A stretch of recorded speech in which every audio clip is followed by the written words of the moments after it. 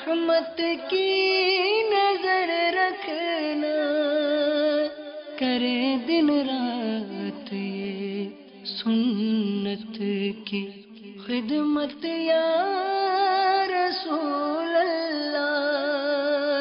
الحمد للہ رب العالمین والصلاة والسلام على سید المرسلین، اما بعد فاعوذ باللہ من الشیطان الرجیم، بسم اللہ الرحمن الرحیم، الصلاة والسلام علیک یا رسول اللہ وعلى آلک واصحابک یا حبیب اللہ، الصلاة والسلام علیک یا نبی اللہ وعلى آلک واصحابک یا نور اللہ۔ میٹھے میٹھے اسلامی بھائیوں اور اسلامی بہنوں، الحمدللہ عز و جل خالق کائنات جل جلالہ کی زمین پر عشق رسول صلی اللہ تعالی علیہ وآلہ وسلم کا مدنی جام تقسیم کرنے والے ایسے مرد کامل اب بھی موجود ہیں جو فیشن کی آفت میں گرفتار لوگوں کو پیارے مصطفیٰ صلی اللہ تعالی علیہ وآلہ وسلم کی سنت کریمہ کا اسیر بنانے کے خواہاں ہیں۔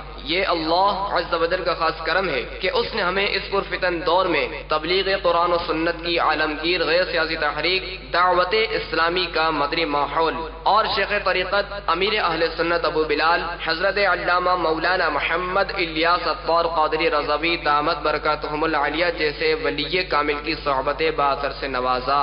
یقیناً امیر اہل سنت دامت برکاتہم العالیہ ان عظیم ہستیوں میں سے ایک ہیں جن کی مخلصانہ جد و جہد کی برکت سے ہزاروں نہیں بلکہ لاکھوں مسلمان بالخصوص نوجوان برائیوں سے تائب ہو کے نیکیوں کی راہ پر گامزن ہو چکے ہیں۔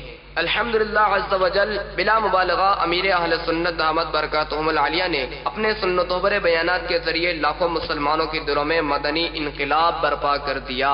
الحمدللہ عز و جل مکتبۃ المدینہ ان بیانات کو آپ تک پہنچانے کی سعادت حاصل کر رہا ہے، لہذا تمام اسلامی بھائی اور اسلامی بہنیں اس بیان کو توجہ کے ساتھ سماعت فرمائیں۔ الحمدللہ رب العالمین والصلاة والسلام علی سید المرسلین، اما بعد فاعوذ باللہ من الشیطان الرجیم، بسم اللہ الرحمن الرحیم، الصلاة والسلام علیک یا رسول اللہ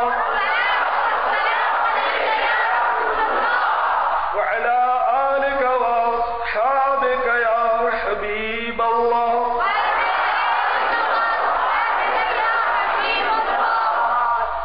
الصلاة والسلام علیک یا نبی اللہ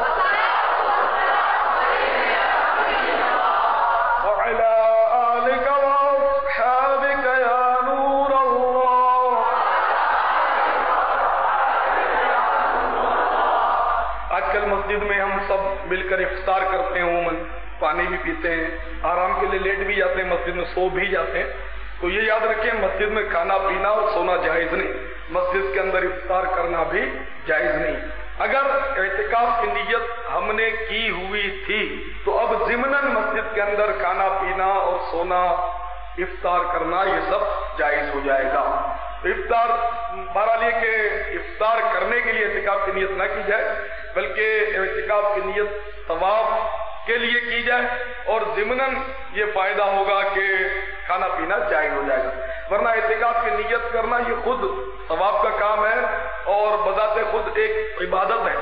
جیسے کہ حدیث پاک میں آیا روزہ رکھو صحت یاب ہو جاؤ گے، تو روزہ اس لیے نہ رکھے کہ میری بیماریاں دور ہو جائیں گی، جیسے ڈاکٹر بعض اوقات ڈائٹنگ کراتے ہیں کہ بھوکا رکھتے ہیں کہ بھوک کثیر بیماریوں کا علاج ہے، لیکن یہ اسلام نے بڑا ہمیں پیارا طریقہ دکھلایا کہ بھوک والا علاج بھی ہمیں میسر آ گیا اور روزے کا ثواب بھی مل جاتا ہے۔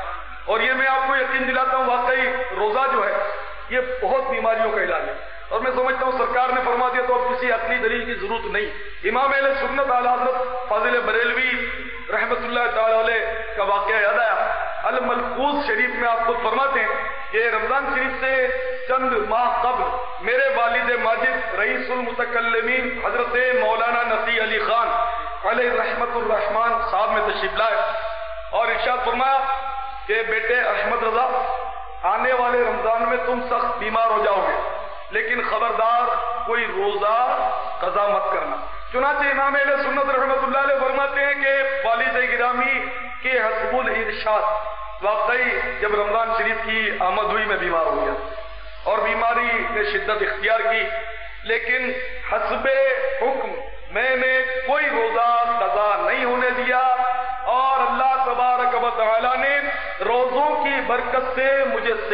بخشے. اور پھر سرکار کا ارشاد نقل کرتے ہیں اعلیٰ حضرت رحمۃ اللہ علیہ کہ میں کیوں صحت یاب نہ ہوتا جبکہ میرے موہن محبوب صلی اللہ تعالی علیہ وسلم نے خود فرما دیا ہے روزہ رکھو صحت یاب ہو جاؤ گے.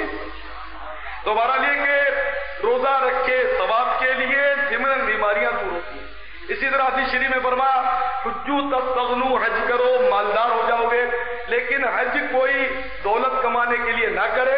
حضرت شاہ ولی اللہ محدث دہلوی رحمۃ اللہ علیہ یہ واقعہ نقل کرتے ہیں کہ ہمارے والد گرامی حضرت شاہ عبد الرحیم محدث دہلوی رحمۃ اللہ تعالی علیہ نے یہ واقعہ ہمیں سنایا. وہ اس طرح مطلب اپنے والد سے نقل کرتے ہیں. شاہ عبد الرحیم محدث دہلوی رحمۃ اللہ علیہ کے بارے میں بتا دوں کہ یہ بڑے مطلب ہے کہ حسن اعتقاد کے حامل تھے اور سرکار مدینہ صلی اللہ تعالی علیہ وسلم سے انہیں والہانہ عشق تھا. بہت عاشق تھے اور عاشق ہی ولی ہو سکتا ہے. جس کو سرکار سے محبت نہیں وہ لاکھ مطلب نمازیں پڑھے تہجد پڑھے کچھ بھی کر لے جس کے دل میں سرکار سے محبت نہیں عظمت نہیں سرکار کی تو ولایت بہرحال اس کو نہیں مل سکتی.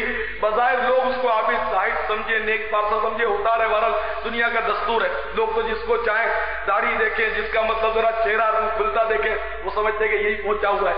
لیکن یہ کہ بہرحال سرکار کی عظمت دل میں ہونا یہ عین ایمان ہے اور بالکل یہ دیکھیں شرائط میں سے بلکہ یوں کہیے کہ سب سے مطلب اہم ترین بنیاد سرکار کی محبت اور عظمت ہی صلی اللہ تعالی علیہ وسلم. خیر میں عرض کر رہا تھا کہ شاہ عبد الرحیم محدث دہلوی رحمۃ اللہ علیہ بہت بڑے عاشق رسول تھے اور عید میلاد النبی صلی اللہ تعالی علیہ وسلم ہر سال مناتے تھے. انفاس العارفین میں شاہ ولی اللہ محدث دہلوی فرماتے کہ ہر سال ربیع الاول شریف میں میرے والد گرامی شاہ عبد الرحیم محدث دہلوی رحمۃ اللہ علیہ سرکار کی فاتحہ دلا دیتے. فاتحہ کہتے ہیں نیاز کہتے ہیں نیاز دلاتے تھے. ایک سال ان کے پاس بنے ہوئے چنے ہی تھے. دیکھیں ہم لوگ جو ہیں بعض اوقات مالداروں پر بڑا رشک کرتے کہ اس نے 12 دیگیں چڑھا دی اس کے پاس مال ہے تو یہ اتنی خیرات کرتا ہے اور شیطان بھی بڑے ہیلے بہانے سکھاتا ہے کہ خوب دنیا کما تیرے پاس مال ہوگا تو تو خیرات کر سکے گا خدمت کر سکے گا. تو میں آپ سے عرض کر دوں کہ اللہ تعالیٰ سرمایہ کو نہیں دیکھتا سرمایہ دار کو بھی نہیں دیکھتا. سرکار کا واضح ارشاد صحیح حدیثوں میں موجود ہے کہ آپ فرماتے کہ 1 درہم لاکھ درہم سے بڑھ گیا. صحابہ کو بڑا تعجب ہوا کہ یا رسول اللہ صلی اللہ علیہ وسلم 1 درہم لاکھ درہم سے کیسے بڑھ گیا. تو ارشاد فرمایا کہ ایک بہت بڑا رئیس الکبیر لاکھ درہم خیرات کر دے. ایک بہت بڑا سرمایہ دار اور مالدار شخص لاکھ درہم خیرات کر دے اور کوئی غریب آدمی جس کے پاس 2 ہی درہم ہو 2 ہی روپے ہو آپ درہم کو روپیہ سمجھے یہ ایک سکہ اس کے پاس 2 ہی روپے ہو اور ان 2 روپیوں میں سے 1 روپیہ خیرات کر دے تو وہ مالدار کا 10 درہم خیرات کرنے سے یہ 2 درہم میں سے 1 درہم خیرات کرنے والے کا اجر زیادہ بڑھ جائے گا کہ اس نے 2 میں سے آدھا دے دیا. جیسے کہ مشہور واقعہ ہے سیدنا فاروق اعظم رضی اللہ تعالیٰ عنہ ایک غزوے کے موقع پر سرکار کے اعلان پر اپنے جتنا بھی آپ کا اثاثہ تھا جتنا متا جتنی دولت تھی متا تھی اس کا آدھا لے آئے. اور سرکار فرمایا صلی اللہ تعالی علیہ وسلم گھر کے لیے کیا چھوڑا تو عرض کیا حضور آدھا لایا ہوں آدھا گھر کے لیے چھوڑا. اور صدیق اکبر بھی اپنے گھر کا سارا ہی سامان اٹھا لے آئے. یہاں میں آپ کو تفاوت ذرا بتا دوں. ویسے صدیق اکبر کی بہت شہرت ہے کہ صدیق اکبر رضی اللہ تعالیٰ نے پورا مال خیرات کر دیا لیکن یہ نکتہ بہت کم لوگوں کو پتا ہوتا ہے کہ فاروق اعظم کا جو آدھا مال تھا نا فاروق اعظم کا آدھا مال وہ سیدنا صدیق اکبر رضی اللہ تعالیٰ عنہ کے اس پورے مال سے 20 گنا تھا 20 گنا لیکن وہ آدھا تھا اپنے گھر کا. خیر انہوں نے گھر میں آدھا چھوڑا تھا اور سرکار نے صدیق اکبر رضی اللہ تعالیٰ عنہ سے فرمایا کہ تم نے ابو بکر گھر میں کیا چھوڑا. تو سب کو معلوم ہے کہ صدیق اکبر نے عرض کیا کہ یا رسول اللہ گھر میں اللہ اس کے رسول کو چھوڑا ہے.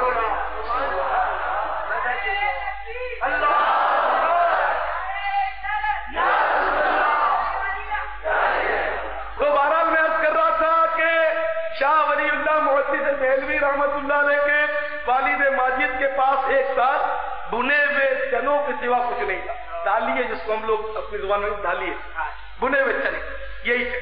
تو آپ نے ان بنے ہوئے چنوں ہی پر سرکار نامدار صلی اللہ تعالی علیہ وسلم کی فاتحہ دلا دی. اسی کو نیاز کے طور پر بانٹ دیا. رات جب سو قسمت انگڑائی لے کر جاگ اٹھی، اور جس کی نیاز کی تھی وہ صاحب نیاز اور محبوب رب بے نیاز صلی اللہ تعالی علیہ وسلم تشریف لے آئے. آپ جلوہ فرما تھے اور آپ کے پاس چنے رکھے ہوئے تھے اور لبوں پر مسکراہٹ کھیل رہی تھی. یعنی یہ چنے سرکار کی بارگاہ میں پہنچے تھے اور سرکار نے قبول کیا تھا، جبھی تو مسکرا رہے صلی اللہ علیہ وسلم. تو یہ کہ مالدار ہو یا نادار، اصل جو ہے نا وہ اللہ کی بارگاہ میں دل دیکھا جاتا ہے. اسی طرح مطلب یعنی کہ اچھا لہجہ ہو، اچھی آواز ہو نہ ہو، یہ مطلب یعنی کوئی ضروری نہیں. اس بارگاہ میں تو صرف اور صرف یقین مانے دل دیکھا جاتا ہے. اب یہ کہ میں بہت بڑا مقرر ہوں، بالفرض میں نہیں ہوں مقرر، میں ایک بات میں بہت بڑا مقرر ہوں، لفاظ بھی بہت زبردست ہوں، اور میرے بیان میں اس قدر جادو کاری ہوتا ہے کہ لوگ دم بخود رہ جاتے ہیں. اردو میں میری بڑی شاندار ہے، عربی فارسی میں بھی میں بڑا ماہر ہوں بالفرض، اور میں تیز ترار دوڑ ہزاروں کا میرا مجمع ہوتا ہے، بڑی کثیر مخلوق میرے پیچھے لٹو بن جاتی ہے، اور لوگ بڑا مقرر تھا، بڑا مقرر، کیا اس کی آواز ہے، کیا جادو اس کا، بڑا خوشیلا. تو آپ سمجھیں کہ صاحب تو بڑا مقبول ہے کہ لوگ اس سے بھی جو بولتے ہیں بڑا زبردست مقرر ہے، بہت اچھی آواز اس کی، کیا تقریر کرتا ہے، کیا خطاب ہے، شعلہ بیان ہے اس کا. تو یہ یاد رکھیے کہ یہ مقبولیت کی علامت نہیں کہ کوئی اچھی اردو بول جائے، اچھا مطلب کم طرح کے ساتھ وہ بیان کرے اور زوردار مطلب اس کی نہیں، یہ مطلب گرجدار آواز ہے. اچھا ذرا میں بہت اچھا قلم رکھتا ہوں، بہت بہترین لکھتا ہوں، یہ بھی کوئی کمال. اس بارگاہ میں صرف دل دیکھا جاتا ہے، اخلاص دیکھا جاتا ہے. اس کا واقعہ میں آپ کو سنا، آپ جھوم جاؤ گے. الحمدللہ مدینہ طیبہ میں مجھے میرے پیر بھائی نے یہ واقعہ بتایا، اور میرے پیر بھائی کی بیوی کو اس بڑھیا نے یہ واقعہ بتایا جس کے ساتھ یہ واقعہ پیش آیا تھا. ایمان تازہ ہو جاتا ہے ایمان سے، کیونکہ میری پہلے سے ایک سوچ تھی کہ سرکار نامدار صلی اللہ تعالی علیہ وسلم کی بارگاہ بلکسنا میں لوگ جاتے میں دیکھتا ہوں، حاضری دیتے ہیں، تو وہ کتاب لے کر کتاب میں دیکھ کر سرکار کو سلامت کرتے ہیں، پڑھتے جاتے ہیں السلام علیکہ ایھا النبی ورحمۃ اللہ وبرکاتہ، السلام علیکہ یا رحمۃ للعالمین، اور اس طرح مطلب یہ کہ وہ دیکھ کے اٹک اٹک کر پڑھتے جا رہے ہیں. تو میرے ایک ذہن میں سوچ تھی کہ سرکار صلی اللہ تعالی علیہ وسلم کی بارگاہ میں ہم حاضر ہیں، ہمارا یہ یقینی عقیدہ ہے کہ ان سنہری جالیوں کے پیچھے یہ رہے سرکار، خدا کی قسم یقینی عقیدہ، یقینی عقیدہ.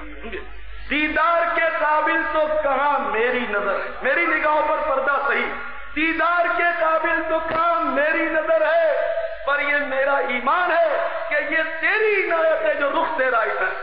یقیناً سرکار دیکھ رہے، یقیناً سرکار دیکھ رہے. اب دیکھیں نا، ایک چھوٹا سا کوئی بزرگ ہو، کوئی پیر صاحب سرکار کے سامنے تو ہر ایک چھوٹے، آپ کا پیر بھی چھوٹا اور میرا پیر بھی چھوٹا، میرے آقا کی بارگاہ میں سب چھوٹے، اور اس بارگاہ میں جو جتنا چھوٹا بنتا ہے اس کو بلندی عطا کی جاتی ہے. مٹا دے اپنی ہستی کو اگر کچھ مرتبہ چاہے کہ دانا خاک میں مل کر گلے گلزار. تو جو اس بارگاہ میں جتنا لوٹ پوٹ ہو جاتا ہے، جتنا قدموں میں رگڑے کھاتا ہے، لوٹے لگاتا ہے، اس کو زیادہ عظمتیں نصیب ہوتی ہیں. خیر، تو اس بڑھیا کا واقعہ میں عرض کرنے لگا تھا کہ اس نے بتایا 85 برس کی بڑھیا ہوگی تقریباً 85 ایئرس، کہ میں سرکار کی بارگاہ میں جب حاضر ہوئی صلی اللہ علیہ وسلم، سنہری جالیوں چند سال پہلے کا واقعہ، شاید یہ 5-6 سال پرانا واقعہ. میں سلام عرض کرنے حاضر ہوں، تو مجھے تو کچھ آتا نہیں تھا، بالکل ایسے بڑھیا بیچاری کے بعد علم کیا، مجھے کچھ آتا نہیں تھا کہ میں کس طرح سلام عرض کروں، کیا الفاظ ہونے چاہیے. میں نے ایسے سادگی سے السلام علیکم یا رسول اللہ، اور اس طرح میں عرض کر رہی تھی، بڑی سادگی، آتا نہیں رہا. تو میرے قریب ہی ایک خاتون پر میری نظر پڑی جو تعلیم یافتہ معلوم ہوتی تھی، اور بڑے یعنی کہ 90 تلے الفاظ میں بہترین القاب کے ساتھ وہ مطلب پڑھ پڑھ کر سلام کر رہی تھی. تو میرے دل میں ایک بھوک سی اٹھی، ایک مطلب دل بیٹھنے لگا کہ میں نے کہا اللہ، مجھے تو اس بارگاہ کے آداب ہی نہیں آتے.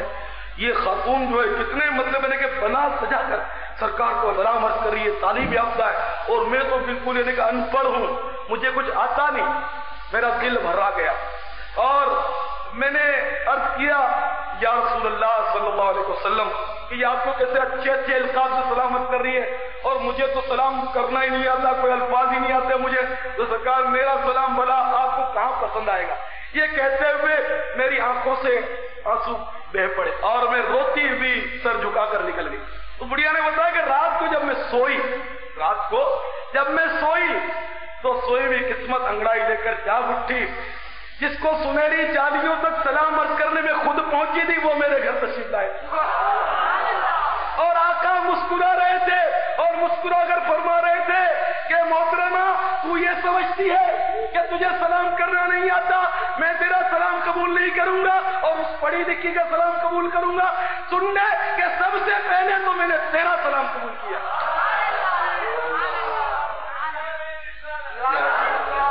تو میرے پیارے اسلامی بھائیوں، حقیقت یہ کہ اس بارگاہ میں دل دیکھے جاتے، سچی بات یہ وہاں مطلب یہ نہیں کہ مال کی ریل پیل، آواز، انداز، خوش الہانی اور لفاظی نہیں دیکھی، بالکل یہ نہیں کہ جتنا ہو سکے آدمی ڈرتا رہے، بس کانپتا رہے، گھبراتا رہے، چاہے کچھ بھی الفاظ نہ نکلے، کہ بعض اوقات تو مطلب یہ کہ آنسوؤں کی زبان ہی التجائیں ہو جاتی، بندہ کچھ بھی نہیں بول پاتا اور آنسوؤں کی زبان ہی سب کچھ ہو جاتا ہے، جیسے کہ حضرت مولانا حسن رضا خان رحمت اللہ تعالیٰ علیہ فرماتے ہیں، سبب وفور رحمت میری بے زبانیاں ہیں، یعنی اللہ کی رحمت کو ابھارنے کا سبب میری بے زبانیاں، کہ میں چپ ہوں تو اللہ تعالیٰ کو مجھے دیکھ دیکھ کر رحم آ رہا ہے، سبب وفور رحمت میری بے زبانیاں ہیں، نہ فغاں کے ڈھنگ جانوں نہ مجھے پکار آئے، نہ میں چلانا جانتا ہوں، نہ پکارنا جانتا ہوں، نہ کچھ کہنا جانتا ہوں، مجھے الفاظ نہیں، جیسے کہ اعلیٰ حضرت امام اہل سنت میرے پیر و مرشد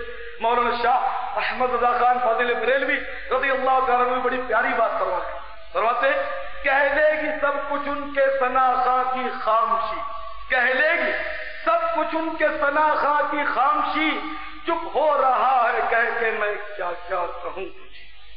تو بہرحال شاہ ولی اللہ محدث دہلوی رحمۃ اللہ علیہ بہت بڑے، مطلب ان کے والد صاحب بہت بڑے ولی اللہ تھے اور ان کا واقعہ کرنے لگا تھا، تو شاہ عبد الرحیم رحمۃ اللہ علیہ فرماتے ہیں کہ میں سخت بیمار ہو گیا، بخار چھوڑتا نہیں تھا، اس قدر میں بیمار ہوا، اس قدر بیمار ہوا کہ زیست کی امید منقطع ہو گئی، زندہ رہنا اب مشکل نظر آ رہا تھا اور معتقدین بھی مایوس تھے، بہت زیادہ نصاحت اور کمزوری طاری تھی کہ اسی کمزوری کے عالم میں مجھے غنودگی آ گئی، اونگ سی آ گئی کہ حضرت شیخ عبد العزیز رحمۃ اللہ تعالیٰ علیہ گزر ہوئے، وہ مطلب مجھے خواب میں نظر آئے اور مجھ سے فرمایا کہ عبد الرحیم ابھی سرکار مدینہ صلی اللہ تعالی علیہ وسلم تمہاری عیادت کے لیے تشریف لا رہے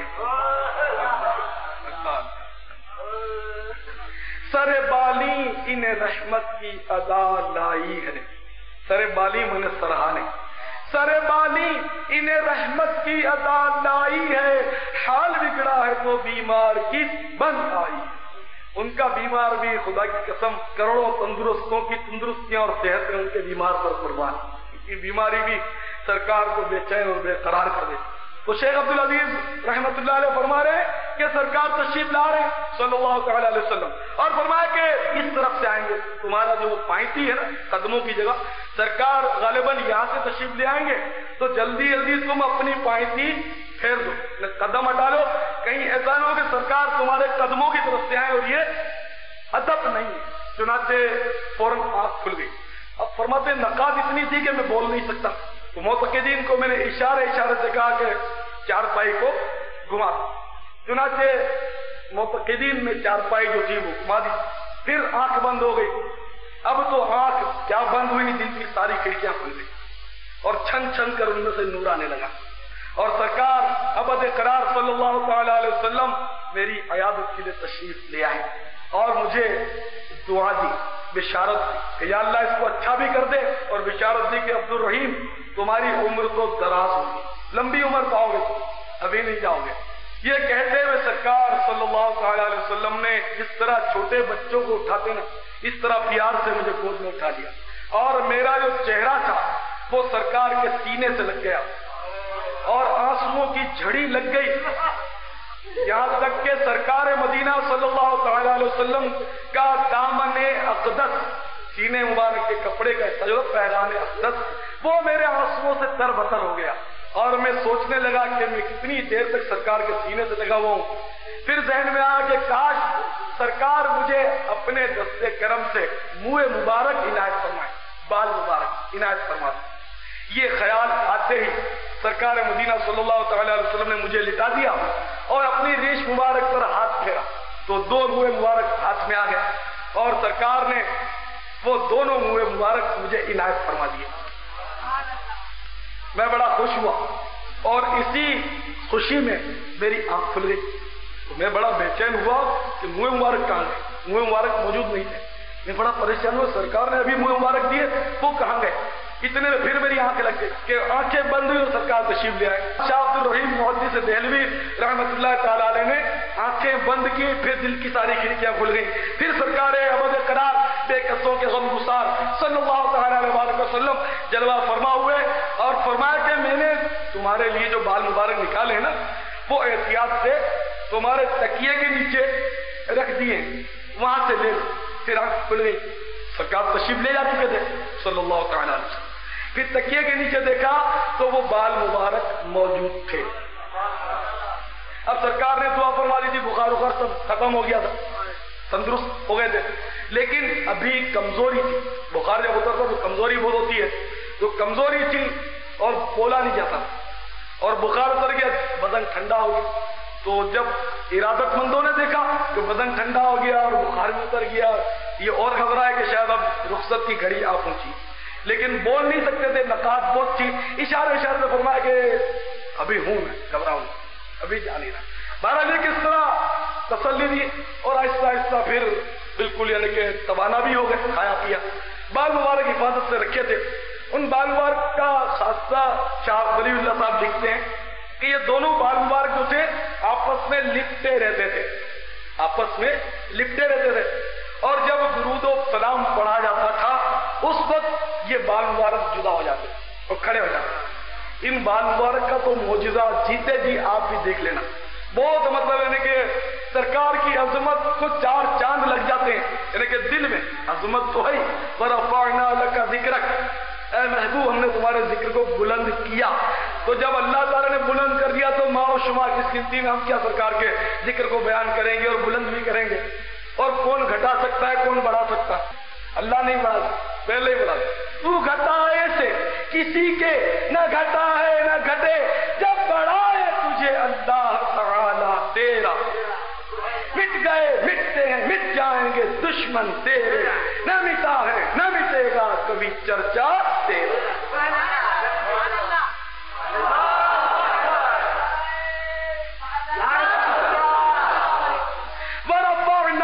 ذکر کا ہے سایہ تجھ پر, بول بالا ہے تیرا, ذکر ہے اونچا تیرا. فرش والے, یہ زمین والے, فرش والے تیری شوکت کا علو کیا جانے, خسروا عرش پہ اڑتا ہے پھریرا تیرا. میرے آقا کی حکومت اور سلطنت کا ڈنکا تو عرش پر بھی بج رہا. فرش والے بھی, فرشی بھی غلام اور عرشی بھی غلام. اللہ اللہ شہ کونین جلالت تیری, فرش کیا عرش پہ جاری ہے حکومت تیری. الحمدللہ الحمدللہ. ہم بھی ایمان سے کتنے خوش نصیب ہیں کہ دامن ملا تو کس کا ملا.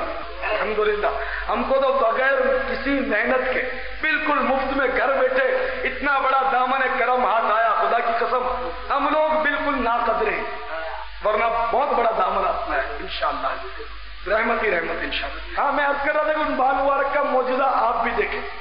جن جن کے بعد بال مبارک ہے نا خوش نصیبوں کے پاس, ان سے آپ جا کر پوچھیں کہ یہ بال مبارک جو ہے نا جو سرکار کے جسم پاک سے اگرچہ بظاہر جدا ہو. دیکھیے ہمارے جسم کے ساتھ بال لگا ہوا ہے, یہ بڑھتا جائے گا, سر کے بڑھیں گے, داڑھی کے بڑھیں گے, جسم کے بڑھتے جائیں گے بال.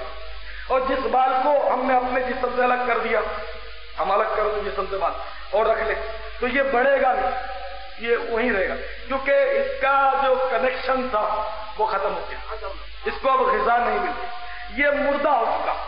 یہ بال جو ہمارے جسم سے جدا ہوا یہ مردہ ہو چکا, اب زندہ نہیں. جب تک ہمارے زندہ جسم کے ساتھ لگا ہوا یہ زندہ, اور ہم جب مر جائیں گے تو ہمارے بال بھی مر جائیں گے.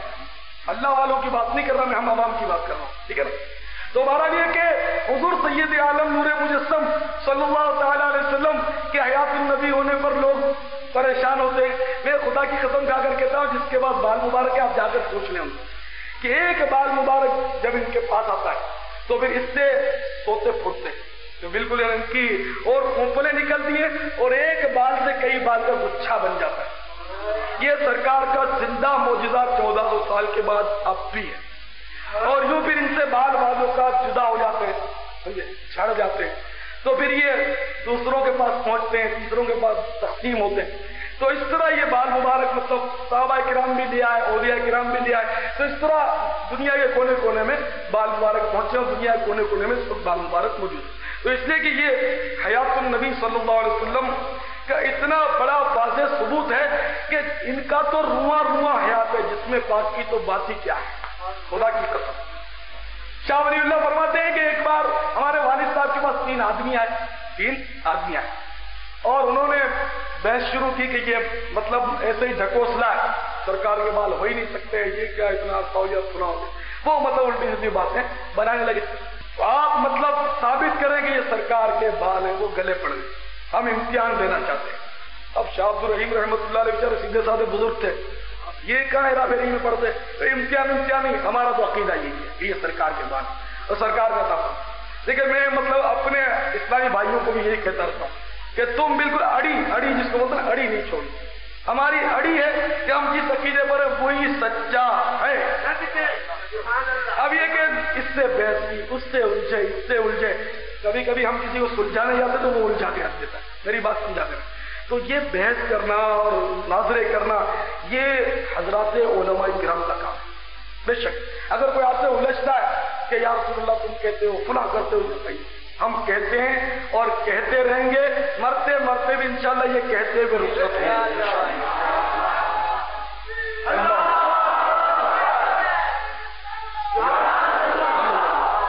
میں سو جاؤں یا مصطفیٰ کہتے کہتے، میری جو تمنا ہے میں سو جاؤں یعنی ابدی نیند سو جاؤں، موت کی نیند جب سوؤں تو لبوں پر میں سو جاؤں یا مصطفیٰ کہتے کہتے، کھلے آنکھ صلی علی کہتے کہتے.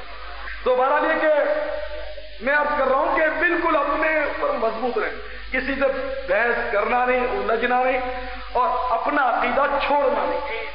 یہ بھی نہیں کہ مطلب آپ ادھر ادھر مطلب بہک جائے، نہیں بالکل نہیں. آپ جو کہتے آ رہے وہ الحمدللہ وہ صحیح ہے، وہ کرتے رہے کہتے رہے. یا رسول اللہ بھی کہیں گے، یا غوث پاک بھی کہیں گے، یا غریب نواز بھی کہیں گے، انشاءاللہ کہتے ہی رہیں گے انشاءاللہ. تو خیر شاہ عبد الرحیم محدث دہلوی صاحب رحمۃ اللہ علیہ فرماتے ہیں کہ میں امتحان دینے سے ڈرا کہ میں اس سرکار کے بالوں کا امتحان لوں.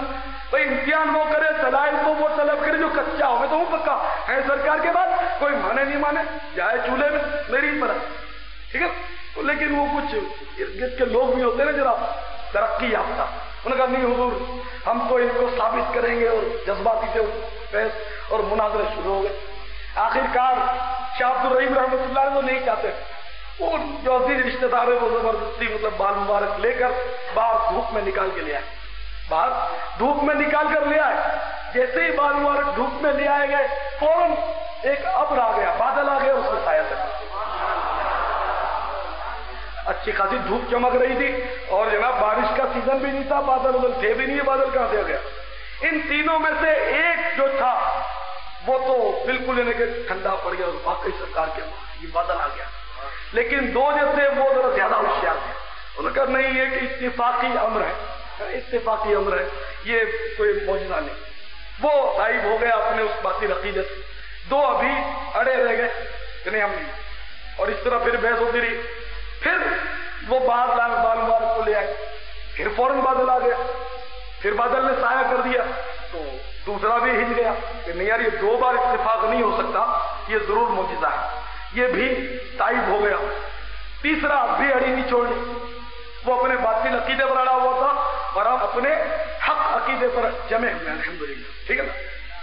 تو جناب والا وہ تیسرا بھی باز نہیں ہے، نہیں وہ پھر دلائل میں اترا، وہ بحث یہ وہ آخرکار پھر وہ گرما گرم بحث ہوئی. پھر وہ اندر سے پھر بال مبارک لائے. تیسری بار جب لیا تیسرا پھر بادل آ گیا، نے سایہ کر دیا. اب تیسرے نے بھی ہتھیار ڈال دیا کہ نہیں واقعی یہ معجزہ 3 بار اتفاق تھوڑی ہوتا ہے. تو بھی الحمدللہ خوش عقیدہ ہو گیا.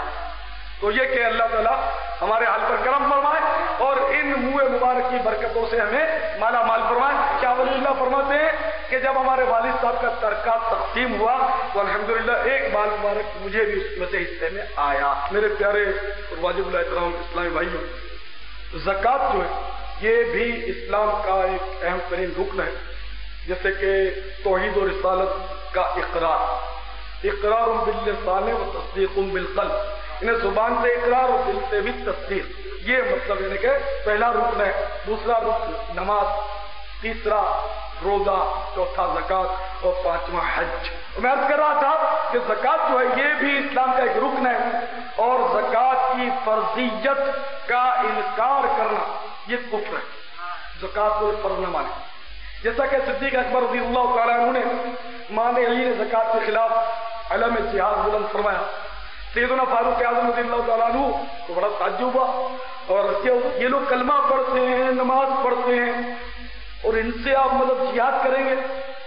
آپ نے صدیق اکبر نے فرمایا کہ وہ ٹھیک ہے کلمہ پڑھتے ہیں، نمازیں پڑھتے ہیں، لیکن چونکہ یہ زکوٰۃ کو فرض نہیں مانتے اس لیے یہ کافر ہیں۔ تو پتہ چلا کلمہ اور نماز پڑھنے والا اسلام کا ٹھیکیدار نہیں، وہ بھی خدا نہ خواستہ مطلب کفر میں مبتلا ہو سکتا ہے۔ میں اس کی مثال دوں، تفسیر در منصور میں علامہ جلال الدین سیوطی رحمۃ اللہ تعالی علیہ نے بڑی یعنی کہ ایمان افروز بات فرمائی۔ ایک آیت کریمہ ہے، قل اباللہ وآیاتہ ورسولہ کنتم تستہزئون لا تعتذروا قد کفرتم بعد ایمانکم۔ اے محبوب تم فرما دو، کیا تم اللہ عز و جل اور اس کی آیتوں اور اس کے رسول صلی اللہ تعالی علیہ وسلم سے ٹھٹھا مسخری کرتے ہو؟ بہانے مت بناؤ، قد کفرتم تحقیق تم کافر ہو چکے، بعد ایمانکم ایمان لانے کے بعد۔ اس آیت مقدسہ کا شان نزول تفسیر در منصور میں علامہ سیوطی رحمۃ اللہ علیہ بیان فرماتے ہیں کہ ایک شخص کی اونٹنی یا اونٹ گم ہو گیا، اس نے سرکار کی بارگاہ میں حاضر ہو کر فریاد کی، حضور میرا اونٹ گم ہو گیا۔ تو سرکار نے یہ نہیں فرمایا کہ مجھے کیا معلوم، تم تلاش کرو۔ سرکار نے فرمایا جاؤ فلاں درخت کے ساتھ اس کی رسی جو اٹک گئی، مہار اس کی اٹک گئی۔ اب کچھ 1.5 ہوشیار قسم کے لوگ وہاں موجود تھے، زیادہ پڑھے لکھے جن کو میں کہتا ہوں، تو وہ اس قسم کے لوگ موجود تھے، ان کی عقل میں نہیں آئی بات، ان کی عقل میں یہ بات نہیں آئی، ورنہ مطلب یہ کہ بس نصیب کی بات ہے۔ انہیں پتہ ہی نہیں تھا کہ عقل کو تنقید سے فرصت نہیں، عشق پر اعمال کی بنیاد ہے۔ ان بیچاروں کو پتہ نہیں تھا، تو انہوں نے اعتراض کر لیا کہ بات یہ کیا بات ہے کہ سرکار نے یہ خبر دے دی، انہیں غیب کی خبر دے دی کہ جاؤ تمہارے اونٹ کی رسی مہار فلاں درخت کے ساتھ اٹک گئی ہے، یہ ایسے انہوں نے کہہ دیا ہے۔ سرکار کو کیا غیب کی خبر، علم غیب تو اللہ ہی کو ہے۔ اعتراض کیا ان لوگوں نے، بعض جو تھے جو کلمہ بھی پڑھتے تھے نمازیں بھی پڑھتے تھے، تو سرکار پر جہاں بھی الزام تراشی ہوئی تو براہ راست اللہ تعالیٰ نے جواب دیا۔ یہ مطلب ہے کہ بہت لمبا اور وسیع موضوع ہے۔ تو سرکار مدینہ صلی اللہ تعالیٰ علیہ وسلم پر ان ظالموں نے الزام دیا کہ سرکار تو دور کی نہیں دیکھ سکتے، غیب کی بات نہیں جانتے، تو اللہ تعالیٰ نے اب یہ آیت کریمہ نازل کی، قل اے محبوب تم فرما دو، اب اللہ و آیاتہ و رسولہ کنتم تستہزئون، کیا تم اللہ اس کی آیتوں اور اس کے رسول سے مذاق کرتے ہو، تمسخر کرتے ہو، ٹھٹھا مسخری کرتے ہو؟ لا تعتذروا، بہانے نہ بناؤ، قد کفرتم بعد ایمانکم، تم بے شک کافر ہو چکے ایمان لانے کے بعد۔ تو مطلقاً علم غیب کا انکار، کہ کوئی یہ کہے کہ اللہ کی عطا سے بھی علم غیب بالکل ہے نہیں، تو قرآن کا فتویٰ کفر کا آ گیا۔ تو منافقین انکار کرتے تھے، مسلمان انکار نہیں کرتا، نہیں کر سکتا۔ مسلمان کوئی روئے زمین پر ایسا ہوا ہی نہیں، جیسے اس نے ایسا کہا وہ مسلمان رہا ہی نہیں۔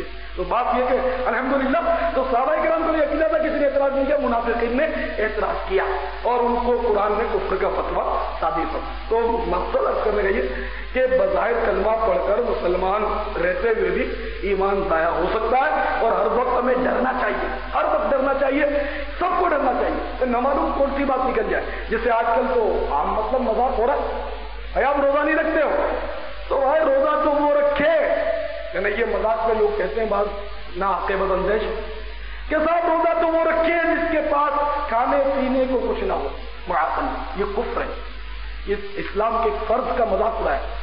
یہ روزہ بھوکوں پر فرض نہیں، سب پر فرض، ہر مسلمان عاقل و بالغ پر فرض ہے جو اس کے شرائط ہے اس کے ساتھ۔ تو یہ کس طرح مطلب یہ کہ لوگ مرا پڑا آج تم نے نماز نہیں پڑھی، صاحب آج تو چھٹی کا دن ہے، نماز کی بھی چھٹی ہے، نعوذ باللہ، یہ بھی کفر۔ بالغ اگر یہ کہہ دے کہ نماز کی آج مجھے چھٹی ہے، مجھ پر آج فرض نہیں، معاذ اللہ وہ کافر ہو گیا۔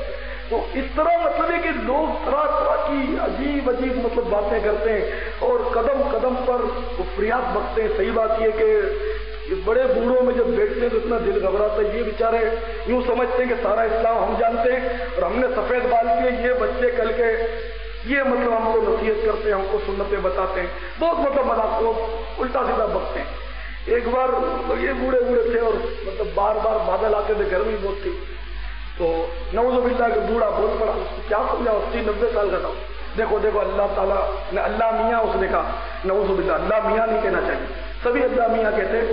میاں کے ایک معنی شوہر بھی ہوتے ہیں، میاں کے ایک معنی میاں بھی شوہر بھی ہوتے ہیں، اور اللہ تعالیٰ کے ساتھ کوئی ایسا لفظ نہیں بول سکتے جو مخلوق کے ساتھ مخصوص ہو کہ شوہر ہم تم بن سکتے ہیں۔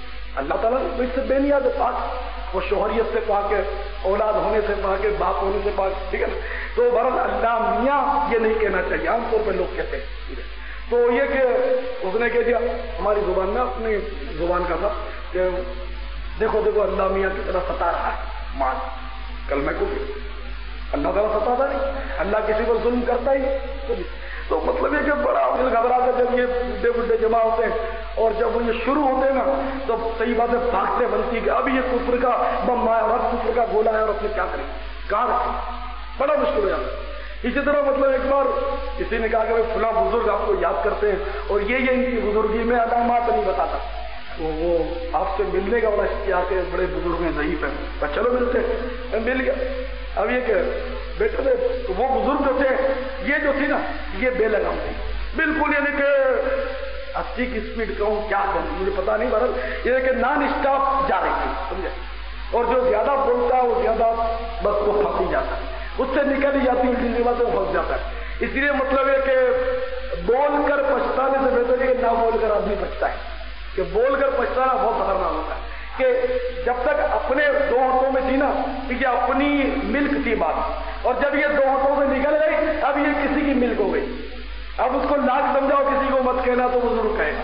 یہ بات مطلب یہ کہ بشر راز دلی کہہ کر ذلیل و خوار ہوتا ہے، نکل جاتی جب خوشبو تو گل بیکار ہوتا ہے۔ خیر تو وہ بیچارے نان اسٹاپ جا رہے تھے، بزرگ تھے، بوڑھے تھے، 100 سال کے لگ بھگ عمر ہوگی، اب انتقال کر چکے، بڑی صحبت بھی انہوں نے پائی تھی بزرگوں کی، اور ایسی بات بھی نہیں کہ ایسے ہی جب بوڑھا پاتا سٹیا گئے بیچارے بولتے جا رہے تھے، تو کسی نے پوچھا کہ حضرت آپ کی عمر کتنی، تو وہ بالکل بوڑھے بوڑھے تھے، بڈھے صحیح داڑھی اور سب بڑی ہوئی، واہ یوں جو زیادہ بولتے تھے نا تو یہ زیادہ لپ کرنے بیٹھے تھے، شرافت سے بولتے تھے میری 100 سال عمر ہے یا 90 سال عمر ہے، یہ نہیں بولے بلکہ یہ لپ کرنے لگے، لیکن وہ کیا کہتے ہیں بات کا بتنگ ہے، یہ ذرا لمبی کرنے گئے کہ یہ تو جی ہوا یوں کہ ملک الموت راستہ بھول گئے، تو یوں میں ذرا بچا ہنسی کا فوارہ اٹھا اور مجھے کاٹو تو خون نہ نکلے، میں اس سے کانپ گیا۔ میں نے کہا کہ اس وقت اہل علم بھی بیٹھے تھے، کہا آپ یہ کیا کہہ رہے ہیں، ملک الموت کیا راستہ بھول سکتے ہیں، توہین ہے ملک الموت علیہ السلام۔ یہ جو بزرگ تھے کہ کانپ گئے، کیونکہ علماء کی صحبت ملی تھی، بزرگوں کی صحبت ملی تھی، یہ بالکل یعنی کہ ایک دم کپ کپا گئے، اور آپ دیدہ میں رو پڑے اور بار بار میرے گھٹنے پر ران پر ہاتھ مارتے تھے۔ یہ مطلب اہل حق کی نشانی ہے، اس نے میری رعایت نہیں کی، میری صحبتوں کی، میری بزرگی کو نہیں دیکھا اور مجھے اس نے بچا لیا، پھر توبہ کی، استغفار کیا اور سب کو کہا کہ میرے لیے آپ خاتمے کی دعا کریں۔ اس طرح مطلب وہ استغفار کرنے لگے اور رونے لگے، تو وہ کیا سمجھدار تھے، انہوں نے توبہ کر لی، ورنہ اور کوئی بڈھا ہوتا تو میری گدی سے پکڑ لے، تو کل کا چھوکرا ہوتا ہے مجھے توبہ کرائے گا، مجھے کلمہ پڑھاتا ہے۔ تو بہرحال کہ بات بہت نازک ہے، اس لیے جتنا ہو سکے نا انسان کم بولے تو اچھا ہے، کہ زیادہ بولتا ہے زیادہ پھنستا ہے، اللہ ایمان سلامت رکھے ہمارا۔ خیر تو میں کر رہا تھا پیارے سے بھائیوں کہ زکوٰۃ کا منکر فرضیت کا منکر بھی کافر ہے، اور حدیث شریف میں زکوٰۃ کی بہت زیادہ اہمیت ارشاد فرمائی گئی، چنانچہ حضور تاجدار مدینہ